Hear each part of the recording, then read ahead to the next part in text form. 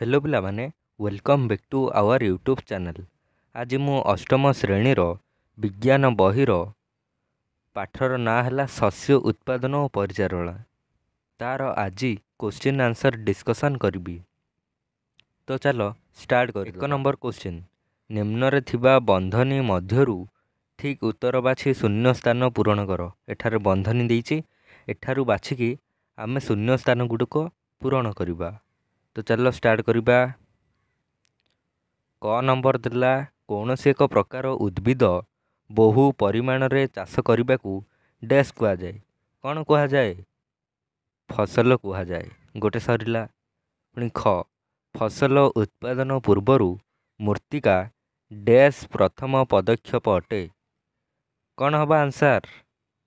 प्रस्तुति प्रथम पदक्षेप अटे। ग, नष्ट होइथिबा मंजी गुड़िक पानी उपरे डैश को लगे। कौन को लगे? देखिबा भासीबा को लगे। घ, फसल उत्पादन पाई प्रचुर सूर्यालोक एवं डैश सह मूर्तिकास्त डैश आवश्यक। कौन कौन आवश्यक? जल और पोषक। ठीक आंसर हो जिवो। 2 नंबर क्वेश्चन, क स्तंभर शब्द सह ख स्तंभर उपयुक्त शब्द बाछि मिलाओ। क स्तंभ देइछि और ख स्तंभ देइछि, तमे माने मिलेइब। मु आर क्वेश्चन खाली क्वेश्चन आउ आंसर गुड़िक देखै दूछि। पिला माने एतिकी पर्यंत जो माने देखुचंती लाइक आउ सब्सक्राइब कर दिबो। खरीफ फसल कौन हबो? धान और मक्का। रबी फसल गहम, बुट और मटर।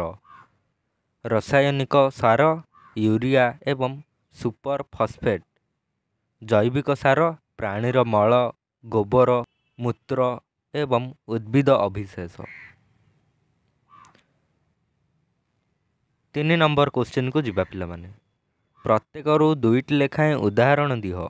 एठार जो 2टी देइछि आठू उदाहरण आनिबा। खरीफ फसल, रबी फसल। तो चलो आंसर लिखिबा। खरीफ फसल कौन कौन हबो? चिना बादाम और कपा। ख, रबी फसल सोरिष, राशि। पिला माने एगुड़ाक मनरू मध्य लिखि पारिबो। 4 नंबर क्वेश्चन को जिबा। गोटिए बा 2टी वाक्यर उत्तर दियो। गोटिए लाइन किंबा 2टी लाइन रे आंसर लिखिबो। तो चलो लिखिबा। क, सबुज सार काहाकू कहंती। आंसर लिखिबो। सबुज उद्भिद पचिसड़ी जो सार प्रस्तुत हुए ताहाकू सबुज सार कहंती। पिला माने एठारे साग होइछि सार हबो हला। ख, कंबाइन मेसीन रो कार्य कौन? आंसर लिखिबो। कंबाइन मेसीन द्वारा धान काटिबा और उड़ाइबा उभय कार्य करा जाय थाए। कंबाइन मशीन गुड़ाक देखिथिबो जमी रे रही थाए, सेथिरे धान काटिबा और उड़ाइबा साहाय्य होउछि। ग, अमल पर मंजी को पवन रे उड़ा जाए काहीकि। आंसर लिखिबो। अमल पर मंजी को पवन रे उड़ाइले एथिरे थिबा अगाड़ी और धूस अलगा हो जाए। कारण ना अमल पर सेथिरे अगाड़ी और धूस मिसिकी थिबो, ताहाकू पवन रे उड़ाई देले सेथिरु अलगा हो जिवो। घ नंबर क्वेश्चन, उत्तम मंजी बाछिबा किपरि? सेही मंजीटा भल मंजी कि नाई किपरि बाछिबा? तो आंसर लिखिबो। मंजी को पानी रे भसाई देले जो मंजी गुड़िक पानी रे भासीबो से गुड़िक खराब मंजी, से गुड़िक बाद देले अन्य मंजी गुड़िक उत्तम मंजी।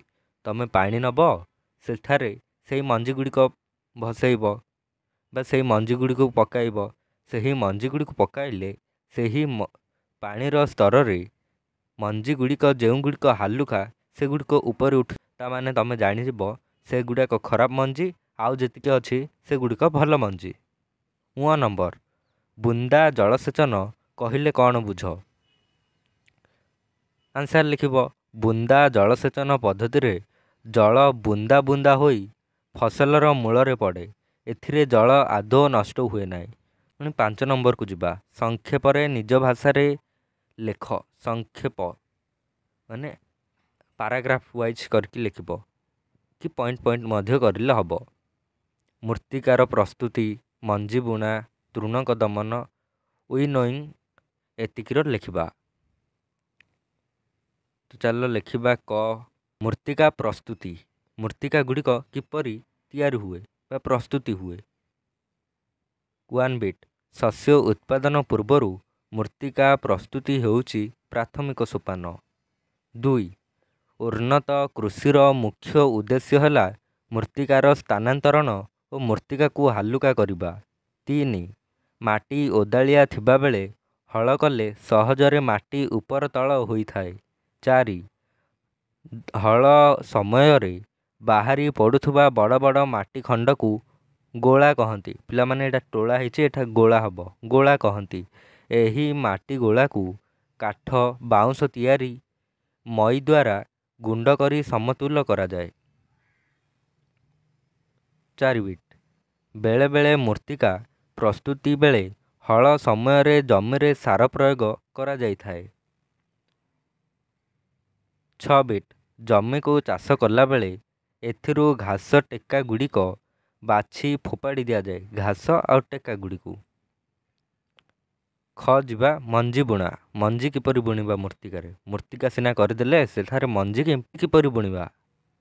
1 बिट मंजी बुणिबा पूर्वरु मंजी को जल रे भसाई उत्तम मंजी बाछा जाए। आमे आगरू ही पढ़ी आसिले। तो चलो 2 बिट को जीवा।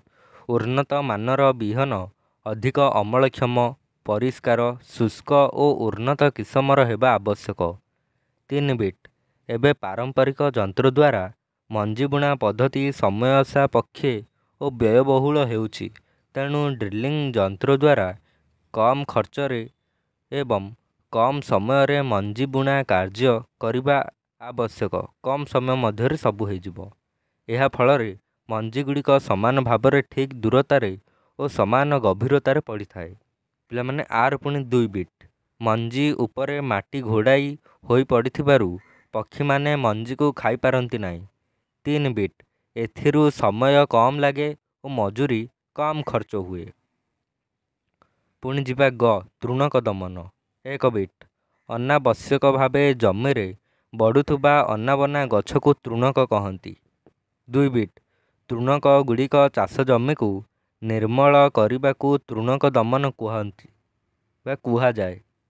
4 बिट फूल और मंजी धरिबा पूर्वरु तृणक दमन एकांत आवश्यक। 4 बिट हाथ रे तृणक गुड़ी को उपाड़ी दमन करा जाई पारे।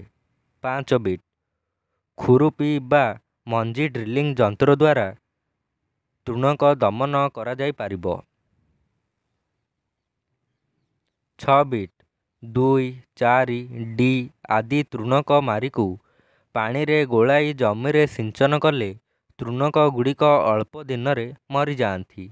7 बिट तृणक मारी प्रयोग बेले सिंचनकारी व्यक्ति नाक पाटी को घोड़ाइबा सतर्कता सहित सिंचन करिबा आवश्यक। घ उइनोइंग 1 अमल होइथिबा दाना को चूला बा मेसीन द्वारा उड़ाई अगाड़ी अलगा करी मंजी संग्रह करने को उइनोइंग कुहा जाए। 2 बिट यह फल रे मंजी रे धूस अगाड़ी न रही मंजी परिष्कार रहे। पिला माने आज आमे 5 नंबर पर्यंत क्वेश्चन आंसर डिस्कसन कले। पुणी नेक्स्ट वीडियो रे मु 6 नंबर ठू पुणी स्टार्ट करी। पिला माने जदि वीडियोटी भल लगे ताहले लाइक शेयर सब्सक्राइब करने को भूलिब नहीं। आउ मु जेतिकी एबे 5 नंबर पर्यंत बुझेइली बा लिखा कहली यही गुड़ाक मध्यरु जे कौनसी भी बुझा न पड़े ताहले मते कमेंट रे जणाई पारिबो। रहुची धन्यवाद। पुणी नेक्स्ट वीडियो रे देखा हेबो।